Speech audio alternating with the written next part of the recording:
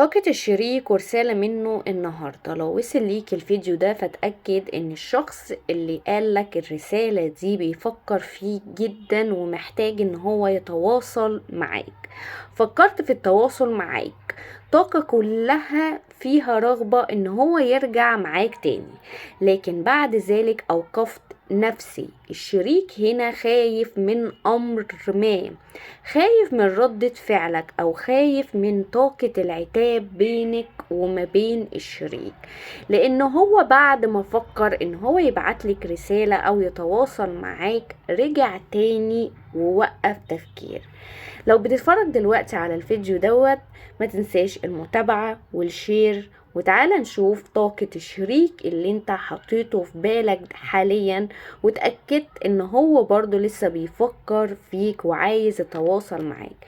الشخص دوت بعد عنك مرة واحدة او من غير اسباب واضحة، علشان كده هو لسه بيفكر فيك ومحتاج ان هو يتواصل معاك عشان يفهمك هو بعد ليه. الشخص هنا خايف جدا من طاقة العتاب وحاسس ان هو عمل حاجة غلط، جرحك، سبب ليك ألم او سبب ليك خيانة او سبب ليك جرح ما يتنسيش. هنا طاقة الشريك بتأكد ان الشخص ده كان فيه علاقة حب قوية وما كنتش متوقع منه الانسحاب. الشخص ده انسحب تحت ظروف كتيرة جدا، أسبابها كتير جدا.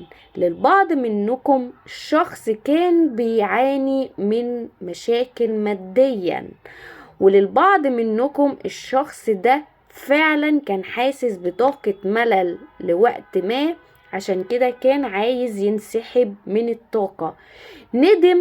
ندم كبير قوي، لان طاقة الشخص اللي قدامي حاليا ندمان. الابراج اللي ظاهرة قوي في الرسالة دي الاسد والثور والجدي والعذراء والدلو والحوت.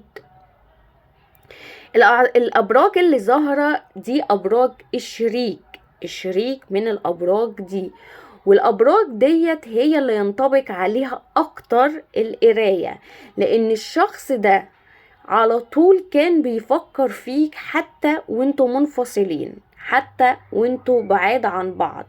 كود النهاردة متفعل مخصوص عشان الشريك ده يرجع يتكلم معاك تاني ويرجع يديك طاقة التواصل اللي هو منحها عن نفسه. 774552. اكتب الكود دلوقتي في التعليقات وخلينا نشوف الشريك هيتواصل معاك ازاي وهيبعتلك رسالة امتى بالظبط وهيحدد فيها الكلام ايه. لان انا شايفة ان البعض منكم في طاقة رجوع قوية جدا مع الشخص ده، هو بيستعد دلوقتي للتواصل بس خايف وفي طاقة منعاه. طاقة الكود النهاردة هتحرك التواصل بينك وما بينه وهيخلي فيه رجوع وتواصل. استقبل وما تنساش المتابعة عشان هنكمل طاقة الشريك تاني.